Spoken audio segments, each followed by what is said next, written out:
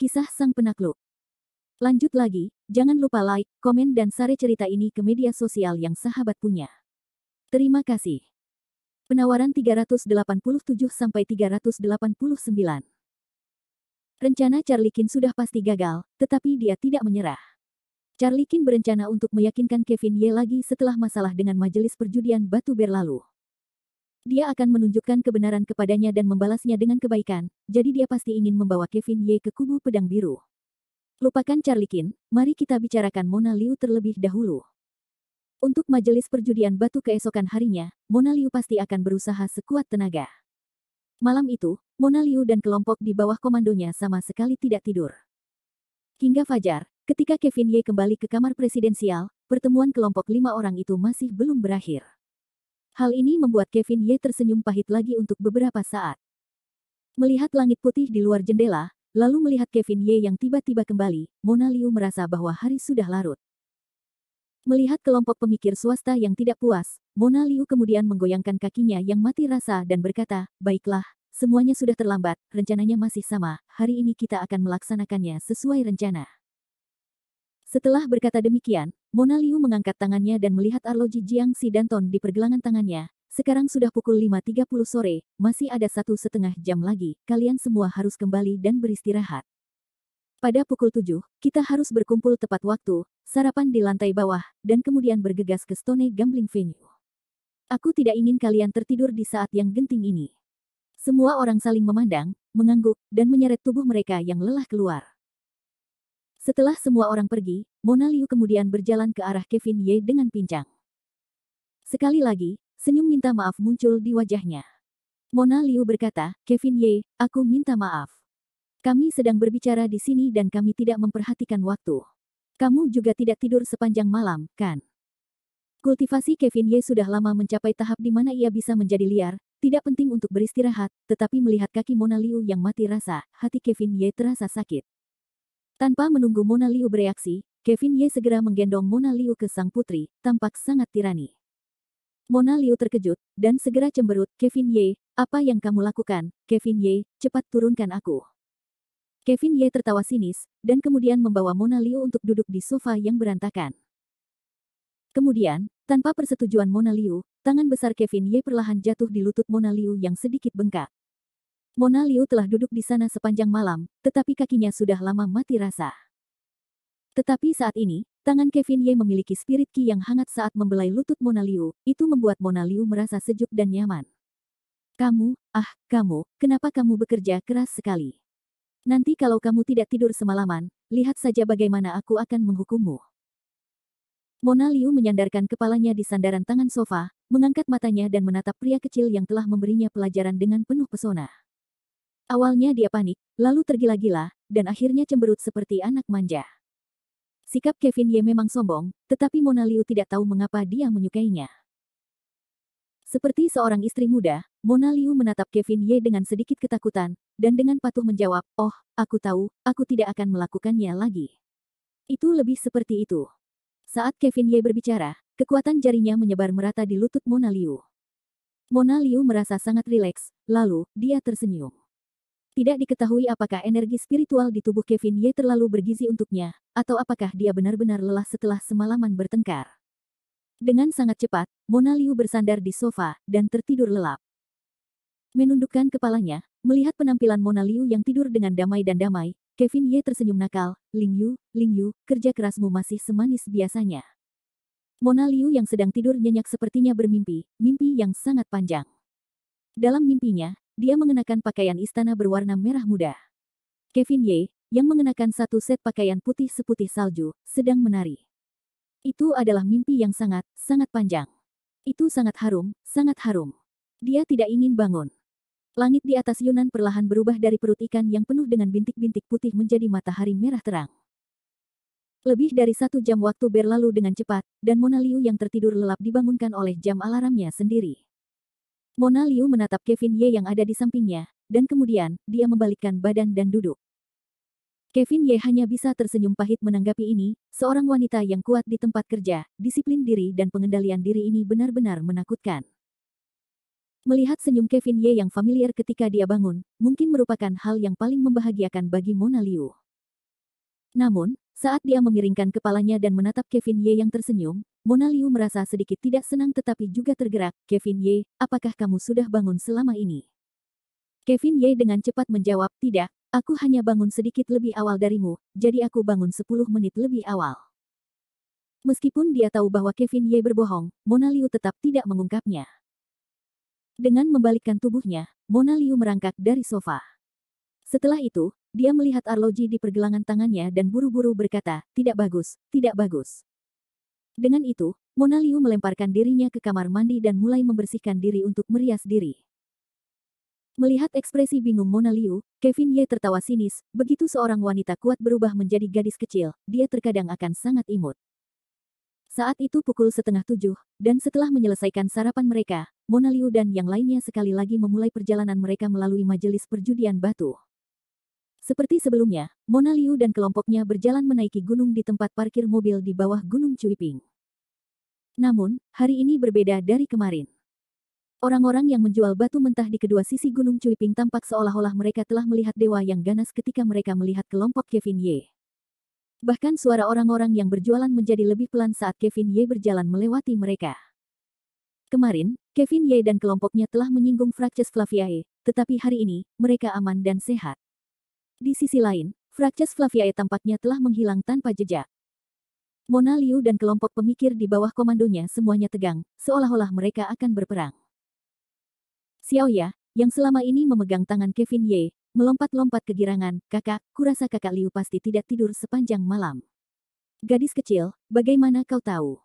Tanpa menunggu Kevin Ye berbicara, Mona Liu bergumam. Tentu saja, aku bisa tahu dari wajah kakak Liu.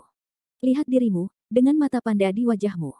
Xiaoya tertawa jahat, dan mengejek dengan niat baik. Mona Liu segera menyentuh pipinya sendiri tanpa sadar, dan kemudian, dia membuat wajah mengejek pada Xiaoya, gadis kecil, kaulah yang ikut campur dalam semua ini. Kevin Ye juga tertawa terbahak-bahak. Dia memeluk Xiaoya dan berkata, Xiaoya, kakak bertanya padamu. Apakah kau tidur nyenyak tadi malam? Xiaoya buru-buru menjawab, Xiaoya tidur nyenyak tadi malam, aku belum pernah tinggal di rumah sebagus ini sebelumnya. Kata-kata Xiaoya membuat hati Kevin Ye sakit tanpa alasan, dia menatap gadis kecil di pelukannya.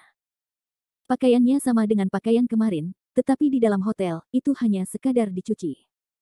Debu dan lumpur dari kemarin sudah lama hilang, digantikan dengan wajah yang bersih.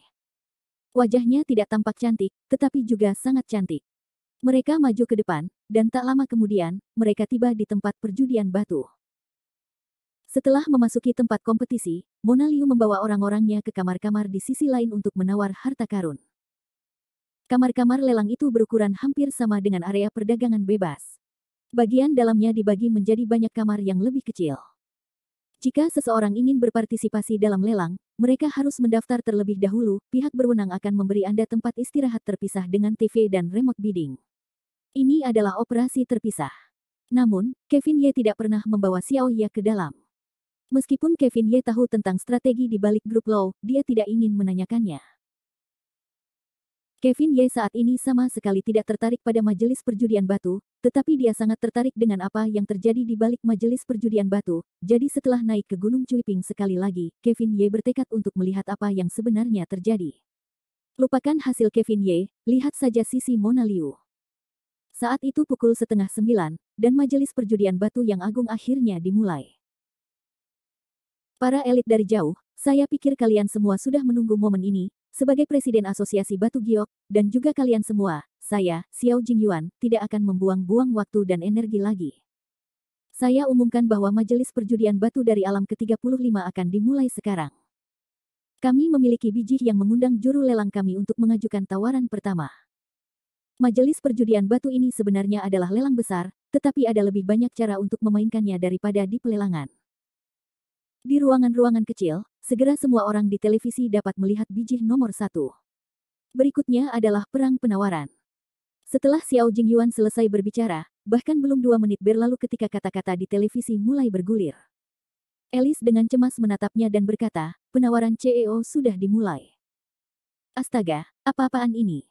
Baru beberapa menit dan harganya telah naik dari 50 juta menjadi 100 juta. Apa-apaan ini?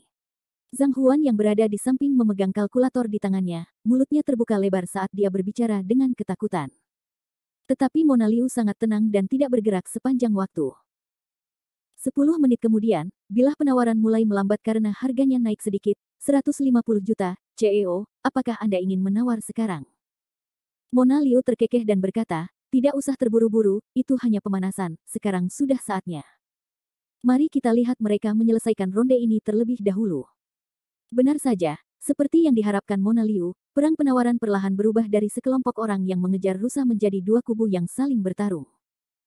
Kamar 1901 dan 1905 mulai bersaing satu sama lain setelah melihat yang terakhir pergi.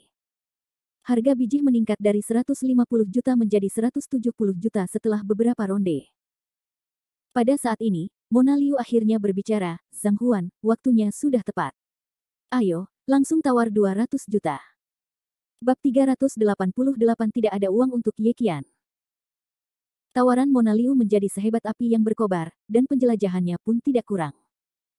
Melihat Mona Liu memasuki ruang lelang, Kevin Ye tidak berlama-lama di tempat perjudian batu, tetapi malah berbalik dan membawa Xiao Ye keluar. Sambil memegang tangan Kevin Ye, Xiao Ye bertanya dengan rasa ingin tahu, kakak, apakah kita tidak akan bertaruh batu hari ini?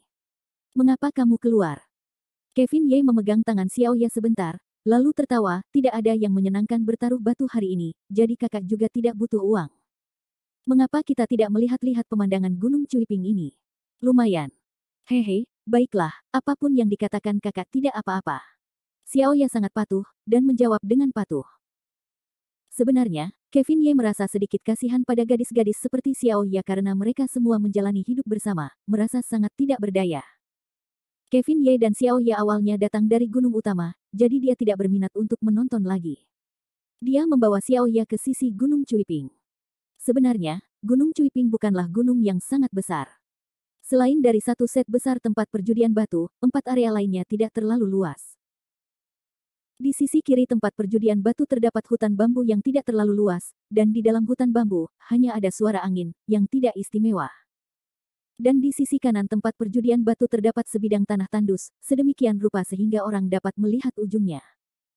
Berdiri di sebidang tanah tandus ini, dia dapat melihat dengan sangat jelas melalui langit biru dan awan putih.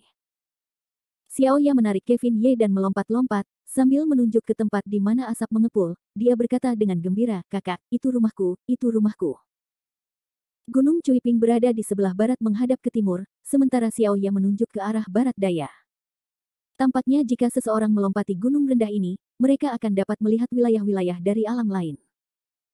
Sambil mengamati kepulan asap yang mengepul dari dalam celah itu dengan tenang, Kevin Ye tersenyum tipis, di dalam gunung, lingkungannya elegan, tempat yang sangat bagus. Xiao Ye terkikik, kakak, saat pertemuan judi batu kita selesai, bolehkah aku mengundangmu ke rumahku sebagai tamu? Baiklah. Namun dengan sangat cepat, Xiao Ye sedikit kecewa, tetapi keluargaku sangat miskin, abahku masih sakit di tempat tidur. Kevin Ye memegang wajah kecil Xiao Ye dan berkata, tidak apa-apa, kau memiliki kakak seperti itu membuatmu sangat bahagia. Kebetulan saja kakak akan dapat mengunjungi ayahmu dan melihat-lihat rumahmu. Ya, melihat Kevin Ye tidak keberatan, Xiao Ye menganggukkan kepalanya dengan penuh semangat. Sambil memegang tangan gadis kecil itu, Kevin Ye tertawa, baiklah, Xiao Ye, mari kita pergi ke gunung belakang dan melihat apakah ada sesuatu yang menyenangkan untuk dilakukan di sana. Baiklah. Xiao Ye segera tertawa terbahak-bahak sebelum membawa Kevin Ye langsung ke gunung belakang Gunung Cuiping. Setelah berputar-putar di sekitar lokasi rumah judi batu di Gunung Cuiping, gunung belakang Gunung Cuiping adalah lapangan terbuka. Di tepi tebing di gunung belakang, Kevin Ye berdiri di sana bersama Xiao Ye. Dasar jurang itu sedalam puluhan meter. Tidak ada yang aneh tentang jurang itu, hanya beberapa batu yang tersebar di seluruh tempat. Namun, lembah yang tampaknya tenang ini memberi Kevin Ye sedikit perasaan yang tidak menyenangkan. Menatap jauh ke kejauhan, Kevin Ye tiba-tiba menemukan bahwa dia bisa melihat jejak darah di dasar lembah. Daging dan darah telah lama menghilang, hanya menyisakan tulang-tulang putih yang menakutkan dan kepala serigala yang tampak menakutkan. Hati Kevin Ye bergejolak saat dia melihat ke arah Xiao Ye dan bertanya, Xiao Ye, kakak bertanya padamu, apakah benar-benar tidak ada orang yang tinggal di dasar lembah? Xiao Ye berpikir sejenak, lalu segera menggelengkan kepalanya, tidak. Abah dan aku sudah pernah ke sini berkali-kali sebelumnya. Sepertinya tidak ada yang pernah tinggal di sini sebelumnya. Selain itu, meskipun siang hari sepi, malam hari sangat menakutkan. Ada banyak serigala, harimau, dan macan tutul berkeliaran. Terakhir kali Aba dan aku ke sini, kami bertemu beruang buta. Jika kami tidak berlari secepat itu, kami pasti sudah mati sejak lama. Kata-kata Xiaoya membuat jantung Kevin Ye berdebar tak terkendali saat dia berputar-putar. Karena tidak ada seorang pun yang tinggal di dasar Gunung Cuiping, lalu mengapa ada serigala mati yang menyedihkan di dasar lembah? Ini jelas merupakan adegan dia dipukuli sampai mati dan kemudian dikuliti hidup-hidup untuk memakan daging. Tepat saat Kevin Ye tenggelam dalam pikirannya yang dalam, sebuah suara tua tiba-tiba terdengar di belakangnya. Teman kecil, dasar Gunung Cuiping ini tingginya puluhan meter, jangan main-main di sana, cepatlah kemari. Ketika Kevin Ye mendengar suara itu, dia segera menarik tangan Xiaoya untuk menoleh, lalu menatap lelaki tua yang tiba-tiba muncul. Lelaki tua itu tampak muda, dengan rambut abu-abu dan jas yang disetrika dengan baik. Dia memiliki senyum manis di wajahnya. Namun, pelipisnya yang menonjol mengungkapkan identitasnya. Hanya pelipis ahli sekte dalam yang akan menunjukkan keadaan seperti itu. Jelas bahwa tetua ini telah menyelinap di belakang Kevin Ye dan Xiaoya, hanya melompat keluar karena dia merasa telah ditemukan. Siapa lagi kalau bukan Raja Giok yang bisa menjadi orang tua yang tiba-tiba muncul di belakang Kevin Ye dan Xiaoya ini? Mungkin Kevin Ye masih bergumam dalam hatinya, tetapi Xiaoya mengenalinya. Sebenarnya, menjadi terlalu terkenal terkadang bukanlah hal yang baik. Misalnya, Xiao Jingyuan, Patriark Yunan, dan semua reputasi Raja Giok di dunia, dapat dianggap sebagai tokoh publik yang dikenal semua orang. Saat melihat Xiao Jingyuan, wajah Xiaoya langsung menampakkan tatapan memuja, kau adalah Raja Giok, kakek Raja Giok Xiao, kan? Xiao Jingyuan tidak menyangka bahwa ia benar-benar akan dikenali oleh seorang gadis kecil. Ia tidak bisa menahan perasaan sedikit canggung, tetapi wajahnya masih dipenuhi dengan senyuman saat ia berkata, gadis kecil yang manis sekali, matamu cukup tajam. Xiaoya tertawa, tentu saja, siapa di Yunan yang tidak mengenal Raja Giok. Meskipun Xiaoya hanya menyanjungnya, jelas bahwa Xiao Jingyuan tidak terlalu senang. Matanya melirik Kevin Ye sekilas, tetapi dia sama sekali tidak dapat melihat kedalaman pemuda di depannya ini. Adik kecil, orang tua ini tidak berpikir bahwa kamu berasal dari Yunan. Apakah kamu di sini untuk berpartisipasi dalam majelis perjudian batu juga?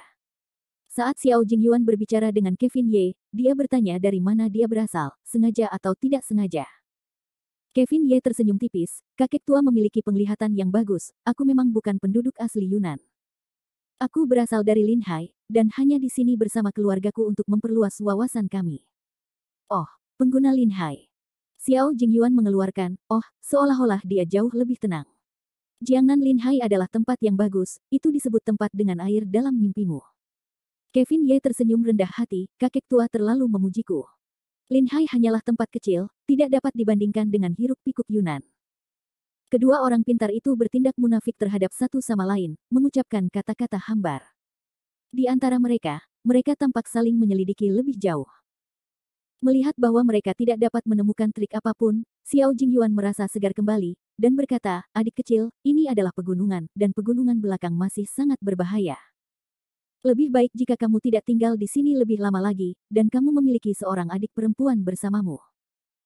Di satu sisi, kata-kata Xiao Jingyuan adalah untuk mengingatkan mereka, tetapi di sisi lain, mereka juga mengandung beberapa niat mengancam. Kevin Ye hanya tertawa dingin, aku mengerti, aku akan segera kembali, terima kasih tetua atas pengingatnya. Kevin Ye kemudian memegang tangan Xiaoya dan berkata, Xiaoya, pemandangannya hampir selesai, ayo kita kembali. Xiaoya menganggukkan kepalanya dengan patuh. Sebelum pergi, dia bahkan menyapa Xiao Jingyuan sambil tersenyum, selamat tinggal kakek Xiao. Xiao Jingyuan segera memaksakan senyum, gadis kecil, selamat tinggal.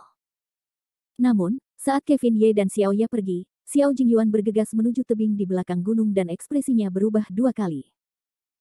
Gunung di belakang Gunung Cuiping hanya setinggi beberapa puluh meter, dan tidak sampai tidak bisa melihat dasarnya, tetapi masih cukup sulit bagi Xiao Jingyuan untuk melihat jauh dengan penglihatannya.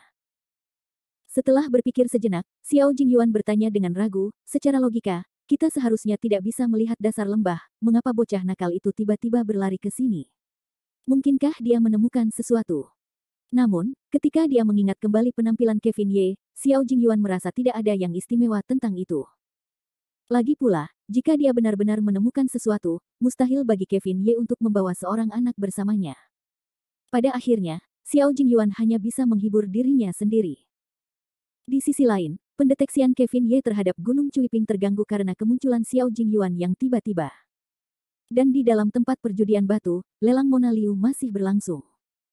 Di dalam ruangan, Zhang Huan memegang kendali jarak jauh di satu tangan dan komputer di tangan lainnya.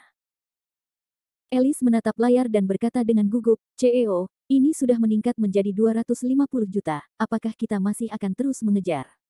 Kejar. Mona Liu mengambil alih tenda dan berkata dengan tenang.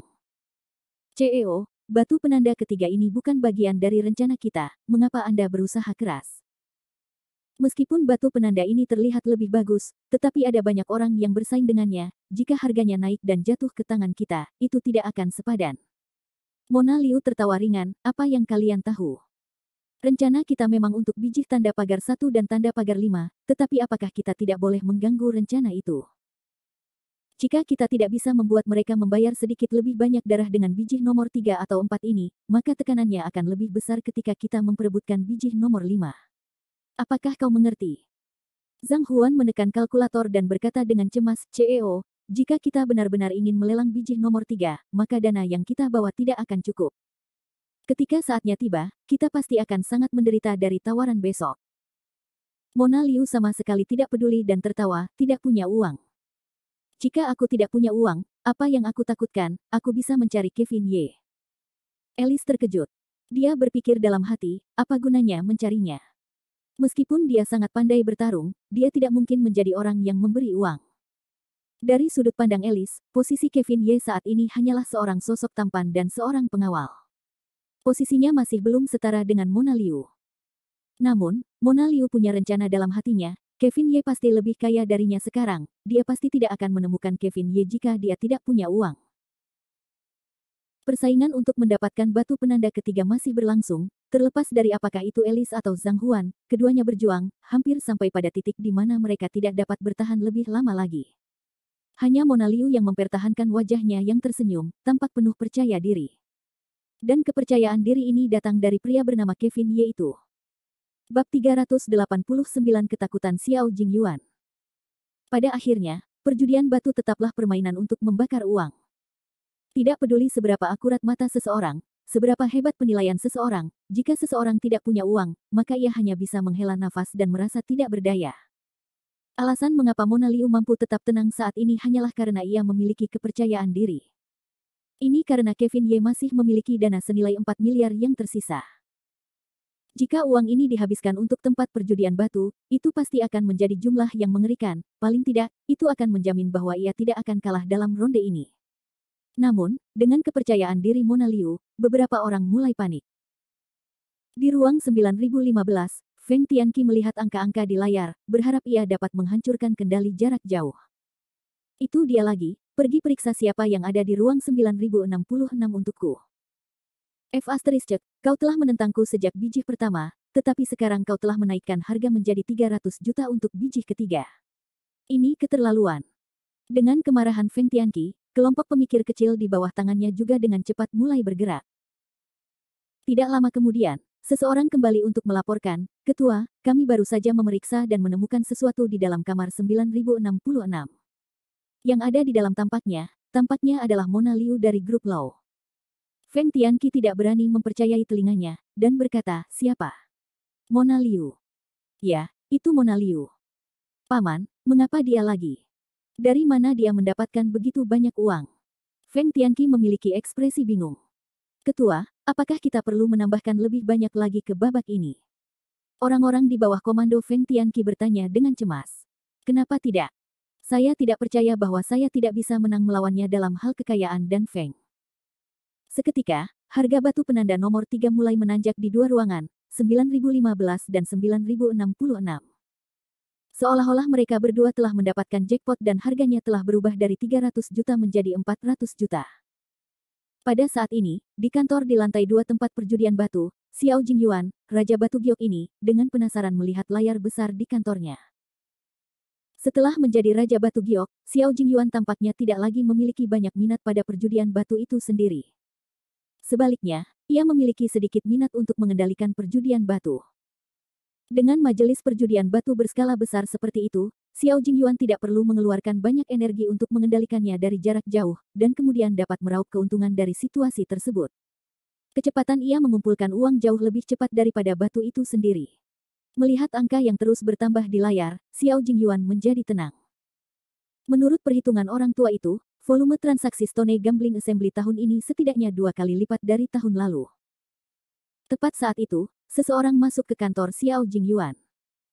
Xiao Jingyuan bahkan tidak mengangkat kepalanya, dan hanya tertawa gembira, "De Huai, kamu di sini."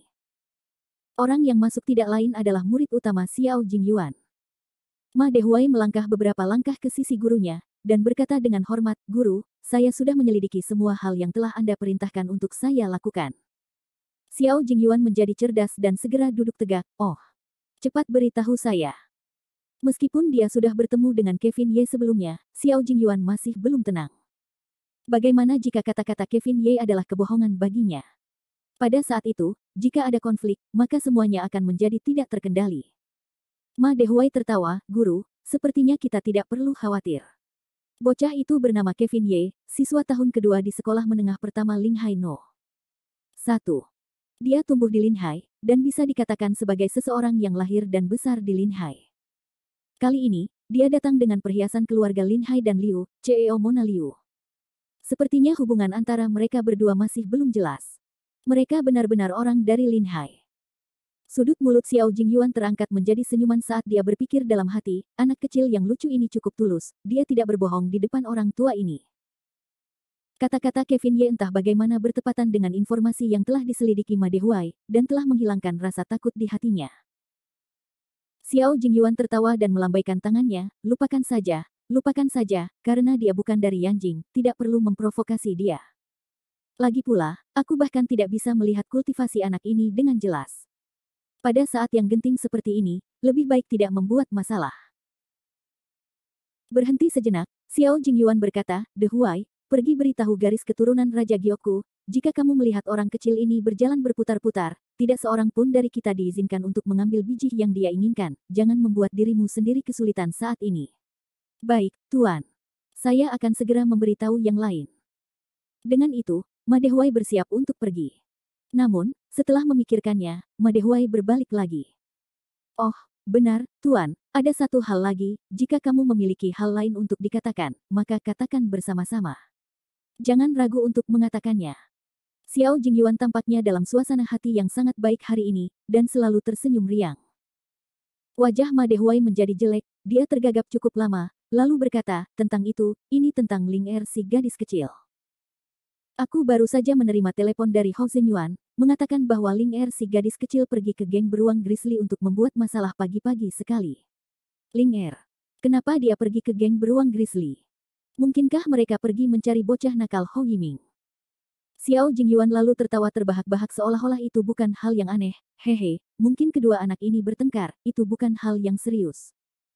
Pasangan muda, dengan pertengkaran di kepala tempat tidur dan di ujung tempat tidur mereka, itu adalah hal yang sangat normal." Hou Zhen benar. Layak untuk memanggilnya untuk masalah sekecil itu. "Kamu picik." Ma Dehuai tergagap sekali lagi, dan berkata, "Tuan, mungkin masalah ini tidak sesederhana yang kamu pikirkan." Mendengarkan makna di balik kata-kata Hou Zenyuan, sepertinya bocah Hou Yiming itu ingin membatalkan pertunangan, menyebabkan bocah Ling Er itu tidak bisa duduk diam, dan pergi membantu sekte beruang Grizzly untuk membuat keributan. Mata Xiao Jingyuan langsung menjadi dingin dan menyeramkan, menyesali pernikahan. Tidak ada seorang pun di Yunan ini yang berani menyesali pernikahan keluarga Xiaoku.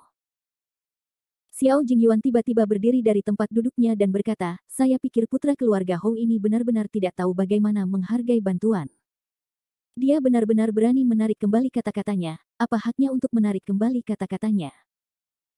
Ma Dehuai begitu ketakutan sehingga dia segera menundukkan kepalanya, dia terdiam beberapa saat, dan kemudian berkata, "Saya tidak terlalu yakin tentang detailnya, tetapi saya mendengar beberapa kata dari telepon. Penyebab masalahnya seharusnya adalah ketika Hou Yiming dan Ling Er makan malam tadi malam, Hou Yiming telah melirik gadis yang duduk di meja sebelah. Dan kemudian, amarah Nona Ling Er mulai meningkat, dan dia bersikeras mencungkil bola mata gadis itu, dan kemudian, ketika Xiao Jingyuan mendengar ini, dia menganggapnya serius, tetapi tertawa dan duduk di kursi lagi. Orang tua ini mengira itu masalah kecil, awalnya itu semua untuk ini. Pemuda dari klan Hou, sebagai putra mahkota sebuah geng, dia sama sekali tidak terlihat seperti seseorang dari dunia bawah. Seluruh tubuhnya memancarkan aura busuk. Asam, sangat asam sehingga Anda tidak bisa menciumnya. Dengan itu, Xiao Jingyuan melambaikan tangannya ke arah Ma Dehuai dan berkata, "Baiklah, saya mengerti." Setelah majelis perjudian batu selesai, orang tua ini akan secara pribadi membahasnya dengan Hou Zenyuan. Jika Hou Yiming hanya ingin mengakhiri pertunangan, maka orang tua ini hanya akan menganggapnya sebagai konflik antara anak-anak, dan itu tidak akan menjadi masalah besar. Jika Hou Zenyuan memiliki pikiran seperti itu, saya tidak akan pernah memaafkannya. Ma Dehuai menganggukkan kepalanya, seolah-olah dia tidak keberatan dengan cara gurunya sendiri dalam menangani berbagai hal. Namun, tepat setelah itu, sudut mata Ma Dehuai berkedut saat dia berbisik, "Oh, benar, Tuan, menurut apa yang dikatakan Xiao San setelah dia kembali, tempat Hou Yiming dan Ling Er makan tadi malam tampaknya adalah restoran masakan Sichuan di kota Su." Apa? Seketika, Xiao Jingyuan melompat seperti ayam yang bulunya telah digoreng. Bukankah aku sudah memberitahu Xiao San dan Xiao Hai untuk tidak membiarkan mereka membuat masalah di tempat itu? Apa yang mereka makan? Ma Dehuai berkata tanpa daya, sampai sekarang, tidak ada yang besar terjadi. Sebaliknya, Xiao San dan Xiao Hai, dua potong sampah, yang telah dipukuli. Kalau tidak, Ling Er tidak akan menyadari dirinya sendiri, dan akan pergi ke geng beruang grizzly pagi-pagi sekali. Pada saat ini, Xiao Jingyuan tidak berminat untuk memedulikan Xiao San dan Xiao Hai, dan hanya bisa bertanya, bagaimana reaksi orang yang ada di pelukan Tang Xiu. Tidak ada reaksi, bersikaplah seolah-olah aku tidak melihatnya. Mendengar itu, Xiao Jingyuan menjadi tenang, dan duduk kembali di kursi, dan berkata, bagus, bagus. Namun, di tempat itu, Ma Dehuai begitu takut sehingga dia bahkan tidak berani menyebutkan namanya, dan hanya bisa mengubur rasa takut itu dalam-dalam di hatinya. Lagi pula, jika dia membuat pihak lain marah, belum lagi satu Raja Giok, bahkan 10 Raja Giok tidak akan cukup bagi mereka untuk melihatnya. Dengan lembut mencubit keringat di dahinya, Xiao Jingyuan berkata, baiklah, The Wei, kamu bisa pergi dulu.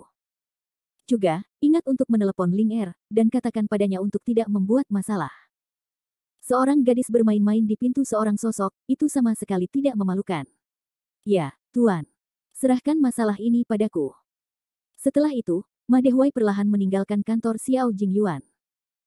Melihat Ma Dehuai telah mundur, Xiao Jingyuan mencubit ujung hidungnya dan berkata, Sekte Tang Disu, Sekte Tang Disu. Suatu hari, aku, Xiao Jingyuan akan melampaui kalian semua, dan menjadikan keluarga Xiaoku sebagai klan dan keluarga nomor 1 di wilayah Basu. Tunggu saja, kalian semua tidak punya banyak waktu lagi untuk menunggangiku.